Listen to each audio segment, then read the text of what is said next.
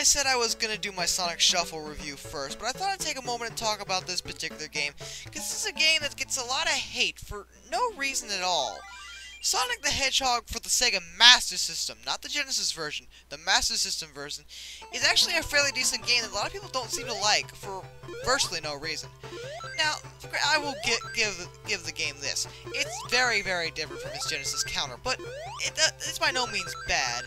Now, as you can see, the game looks pretty good for 8-bit. The graphics are nice, the music is a good rendition of the Green Hill theme from the original Sonic the Hedgehog on the Genesis.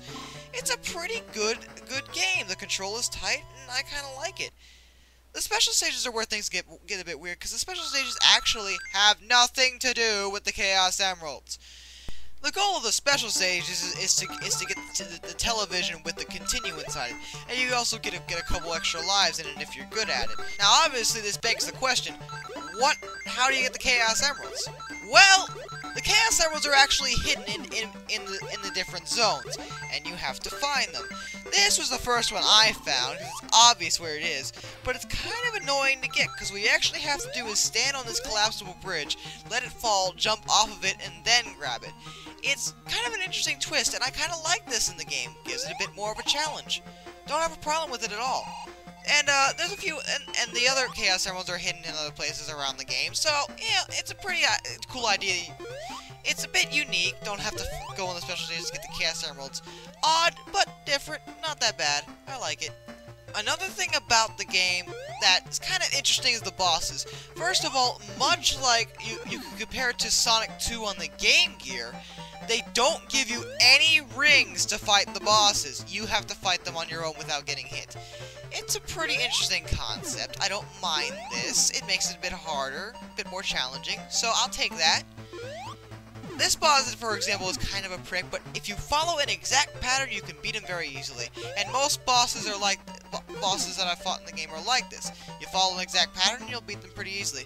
Just bounce on him once, only once. Don't do it twice. You'll phase through him. Bounce on him once, jump over the other ledge, jump up, then over almost immediately to dodge his projectiles, and keep repeating this until you beat him. Pretty straightforward. It's a decent boss fight. And I don't really too much to say about the bosses. My only gripe with the bosses is the boss music. The music in the game is pretty good, but the boss music just doesn't fit.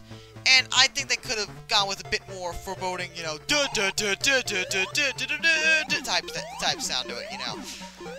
Act 3 I felt worth mentioning specifically because it's a very unique level. It's a jungle level, which is kind of interesting. You know, Sonic runs on tree vines and stuff. It's a pretty good level until you get to the second act. I hate the second act of this level. Holy shit!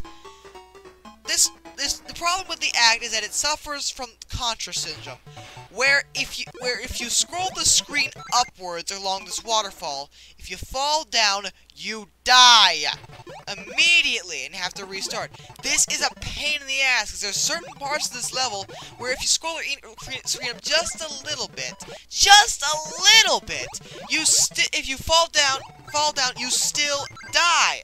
This is annoying as hell. I've had it where the ground is just below, and I mean just below where the screen cuts off, and I try to jump down to get a ring or something, and I die because it was just above where the ground is. This is just annoying and is my least favorite level in the game because of this issue. The boss of the jungle level is also kind of a prick. Eggman's flying around dropping these black balls after you, and you have to avoid them. They're a bit annoying because if you jump up and hit him when he drops them, Sonic will almost immediately bounce down and slam right into the ball, thus killing him instantly. That is a pretty good level, but I have one gripe with it.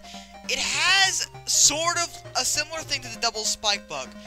Because he moves so slowly underwater, if Sonic hits spikes, he's gonna fall downward underneath them, and he doesn't jump fast enough in order to get out of them before his invincibility time is up. So if you hit spikes, you're assumably dead because you can't escape them fast enough, and then you die. It's annoying as hell. The boss is pretty straightforward though. After Labyrinth and Scrap Brain, a fairly simple level, although you will get lost a lot, because the level is designed like a maze. pretty interesting, confusing as hell, but it makes it a bit more challenging, so I kind of like that. Although there's no boss for Scrap Brain. Instead, you go on to a new stage, and I guess you fight the final boss. I wouldn't know because I haven't reached the final boss yet in this game. The reason being is this game is a lot harder than any other Sonic game I've ever played. I kind of like this because it gives me a different challenge. If you've been playing Sonic games as long as I have, you'll find them to be easy now. But this game actually is kind of hard for me. And I like this. I like being challenged by a game. I like the game being a little bit mean. The game isn't very forgiving in some degrees, and it sort of reminds me of something else. What was it? Tails Sky Patrol, anyone? Okay, I'm gonna take back what I said about Tails Sky Patrol. I was wrong about Tails Sky Patrol. This game might be the most frustrating, most difficult game I have ever played. A training level! Over and over and over again! What the hell? What happened?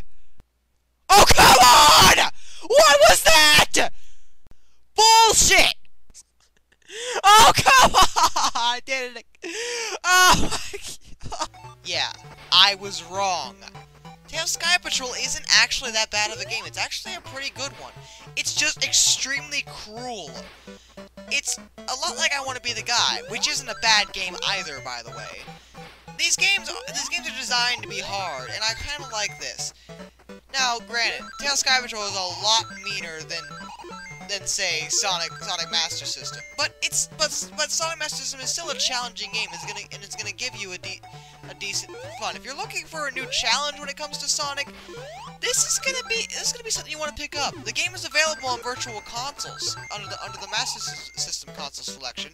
So if I were you, I'd go pick it up now. Give it a try. You may find that you like it. I would recommend this game. It's not that bad. Same thing goes for Tails Sky Patrol. Not a bad game either. So that's all I have to say. Expect the Sonic Shuffle review soon, everyone. I'll see you later.